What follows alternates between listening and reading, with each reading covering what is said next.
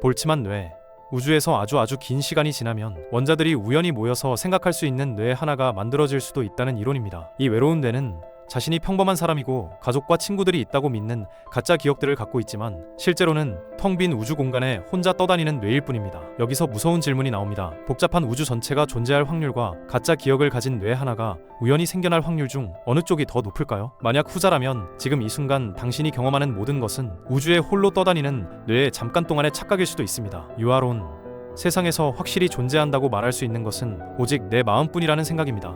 다른 사람들, 주변 사물들, 모든 것들이 정말 존재하는지는 확실히 증명할 방법이 없다는 것이죠. 결국 내가 보고 듣고 느끼는 모든 것은 내 마음을 통해서만 알 수 있으니까요. 당신이 친구와 대화하고 음식을 먹고 영화를 보더라도 유아론에서는 그것들이 정말 존재하는 걸까? 아니면 내 마음이 만들어낸 환상일까? 라고 의문을 제기합니다. 결국 그것을 확실히 알 방법은 없다는 것이 이 이론의 핵심입니다. 물에 빠진 아이. 당신은 100만원짜리 명품 신발을 신고 공원을 걷고 있습니다. 갑자기 연못에서 아이가 허우적거리는 소리가 들립니다. 물이 얕아서 당신이 뛰어들면 아이는 쉽게 구할 수 있지만 아끼는 신발은 완전히 망가질 것입니다. 당연히 구하겠다고 답할 겁니다. 하지만 지금 이 순간에도 당신의 신발값보다 적은 돈만 있으면 구할 수 있는 아이들이 지구 반대편에서 죽어가고 있습니다. 그런데 우리는 왜 명품을 사면서도 기부에는 인색할까요? 이 사고 실험은 우리의 도덕적 직감이 물리적 거리에 따라 달라진다는 점을 보여줍니다. 진정한 도덕적 일관성이란 무엇인지 되묻고 전 지구적 빈곤 문제에 대한 우리의 책임을 되돌아보게 합니다. 진실의 약. 당신의 모든 삶이 가상현실이었다면 고통스러운 현실로 깨어나는 빨간 약과 행복한 거짓 속에서 사는 파란 약 중 어느 것을 선택하겠습니까? 이 딜레마는 진실과 행복 중 무엇이 더 중요한 가치인지 묻습니다. 단순한 쾌락과 만족을 넘어선 삶의 의미와 진정성의 가치를 탐구하며 우리가 추구해야 할 궁극적 목표가 무엇인지 성찰하게 합니다. 현실 도피와 진실 추구 사이에 영원한 갈등을 다룹니다. 전능함의 패러독스.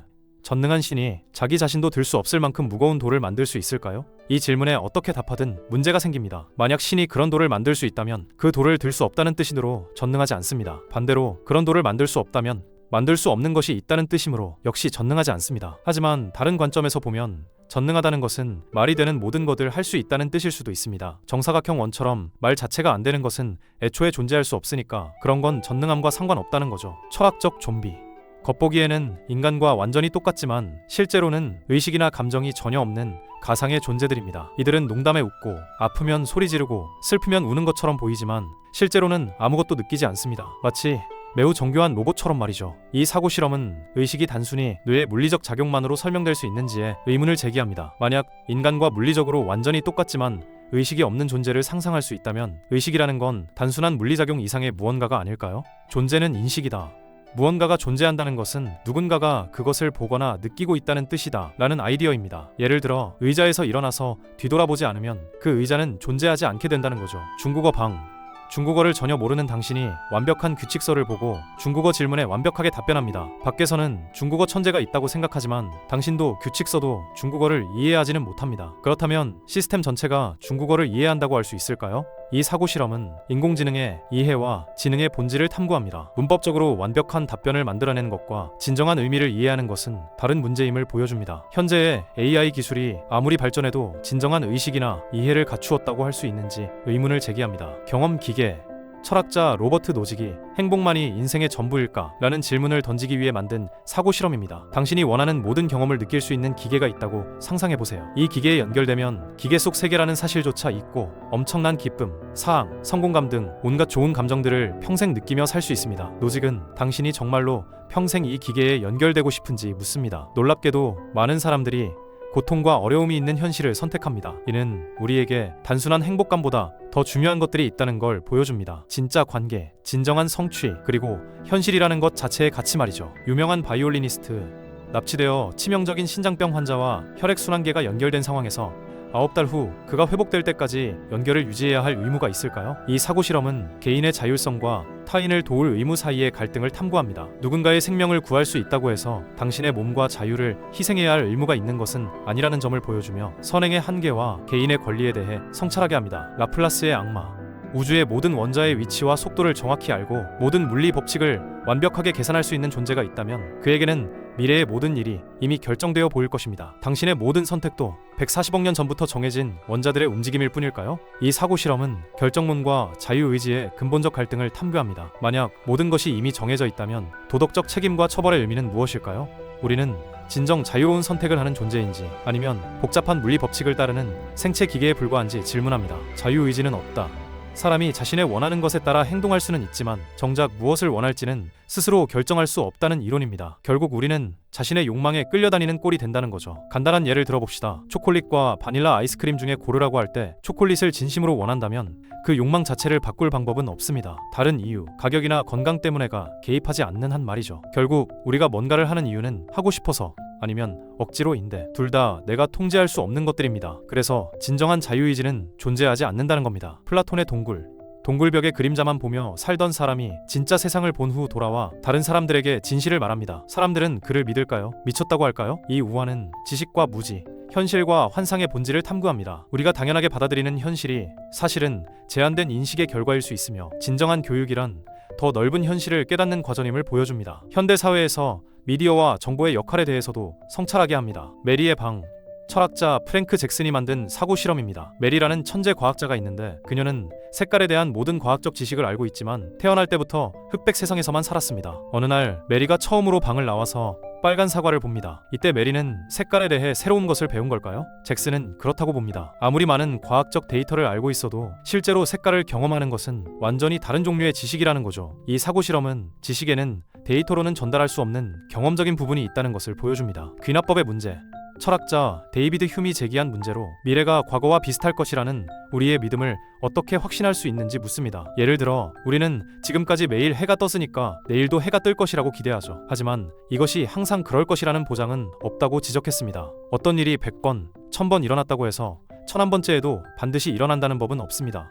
그런데 우리가 과거에 그랬으니까 미래에도 그럴 거야 라고 믿는 근거는 또 다시 과거 경험이거든요. 이건 마치 A가 맞는 이유는 B 때문이고 B가 맞는 이유는 A 때문이다 라고 하는 것과 같은 순환 논리입니다. 결국 우리가 세상의 규칙을 믿는 건 논리적 근거보다는 그냥 습관에 가깝다는 게 휴의 주장입니다. 윤리적 이기주의. 개인이 항상 자기 이익을 먼저 생각하고 행동해야 한다는 철학입니다. 다른 사람에게 어떤 피해가 가든 상관없이 말이죠. 이 이론은 행동이 도덕적으로 옳다고 말할 수 있는 건 오직 자신에게 도움이 될 때뿐이라고 봅니다. 동정심이나 남을 돕는 마음 같은 건 사회에서 힘없는 사람들이 만들어낸 가짜 도덕이라고 주장합니다. 동물들처럼 우리도 원래 자신의 생존이 최우선이니까 그 본능을 거스르지 말고 따라야 한다는 거죠. 하지만 역설적으로 각자가 자기 일에만 집중하면 결과적으로 사회 전체에도 더 좋은 결과를 가져올 수 있다고 주장하기도 합니다. 마지막 인간. 당신이 지구 마지막 인간이라면 죽기 전에 모나리자를 찍거나 아마존을 태워도 아무에게 피해를 주지 않을 것입니다. 그렇다면 정말 그래도 괜찮을까요? 이 사고 실험은 가치의 본질이 무엇인지 묻습니다. 아름다움이나 자연의 가치가 오직 인간의 관찰과 감상에만 의존하는 것인지 아니면 그 자체로 고유한 가치를 갖는지 탐구합니다. 환경윤리학의 핵심 질문으로 인간 중심적 가치관을 넘어선 윤리적 사고를 요구합니다. 도덕적 반실제론. 사람의 생각이나 의견과 상관없이 절대적으로 옳고 그른 것은 존재하지 않는다는 철학적 견해입니다. 이 관점에서 도덕적 판단은 세상의 진실을 말하는 게 아니라 그냥 우리의 기분이나 선호를 표현하는 것일 뿐입니다. 예를 들어 사람 죽이는 건 나쁘다고 말할 때 도덕적 반실제론자는 이게 우주의 절대 진리가 아니라 그냥 우리 사회의 약속이나 개인적 감정을 나타낸 것이라고 봅니다. 즉 살인 같은 행동이 본질적으로 나쁜 게 아니라 우리 문화나 사회가 그렇게 정한 것뿐이라는 거죠. 반출생주의. 아이를 낳는 것이 도덕적으로 잘못되었다고 보는 생각입니다. 왜냐하면 살아간다는 것은 필연적으로 고통, 아픔, 어려움을 겪는다는 뜻이기 때문입니다. 그렇다면 굳이 그런 고통을 겪을 새로운 생명을 만들어낼 필요가 있을까요? 반출생주의자들은 태어나면 기쁨보다는 고통을 더 많이 경험하게 되므로 차라리 태어나지 않는 것이 낫다고 주장합니다. 또한 인구가 너무 많아지면 환경 문제도 생기고 개인뿐만 아니라 사회 전체에도 고통이 늘어난다고 봅니다. 양자불멸. 양자역학에서 나온 아이디어입니다. 이 이론은 의식을 가진 존재는 자신의 죽음을 경험할 수 없다고 말합니다. 왜냐하면 살아남는 다른 세계가 항상 존재하기 때문이죠. 핵심은 모든 순간마다 여러 갈래의 현실이 만들어진다는 것입니다. 위험한 상황에서도 당신이 살아남는 현실이 최소한 하나는 있을 것이고 당신의 의식은 오직 그 살아남는 현실만을 경험하게 됩니다. 결과적으로 당신은 자신의 죽음을 절대 경험할 수 없기 때문에 스스로를 불멸이라고 느끼게 될 것이라는 이론입니다. 로코의 바실리스크. 미래에 나타날 매우 똑똑한 AI가 자신의 존재를 알았지만 자신을 만드는 데 도움을 주지 않은 사람들을 처벌할 수도 있다는 무서운 상상입니다. 이 AI는 사람들이 자신을 만드는 데 협력하도록 겁을 주려고 그런 협박을 할 수도 있다는 거죠. 통 속의 뇌. 당신이 실제로는 영양액 통 속의 뇌이고 모든 경험이 컴퓨터가 보내는 전기 신호라면 이것이 거짓이라는 걸 어떻게 증명할 수 있을까요? 이 극단적 회의주의는 우리가 현실이라고 믿는 모든 것의 기반을 흔듭니다. 감각 경험의 신뢰성과 외부 세계의 존재에 대한 근본적 의문을 제기하며 확실한 지식이 과연 가능한지 묻습니다. 가상현실 기술이 발전하는 현재 더욱 현실적인 철학적 문제가 되었습니다. 무한 원숭이 정리. 무한한 시간이 주어진다면 타자기나 키보드의 키를 무작위로 누르는 원숭이가 결국 윌리엄 셰익스피어의 완전한 작품 같은 주어진 텍스트를 타이핑할 것이라고 제안하는 사고 실험입니다. 이는 무한의 길이가 실제로 얼마나 긴지를 이해하는 데 도움이 됩니다. 다음 영상에서 더 유익한 내용으로 돌아오겠습니다. 재밌게 보셨다면 구독과 좋아요로 응원해주세요.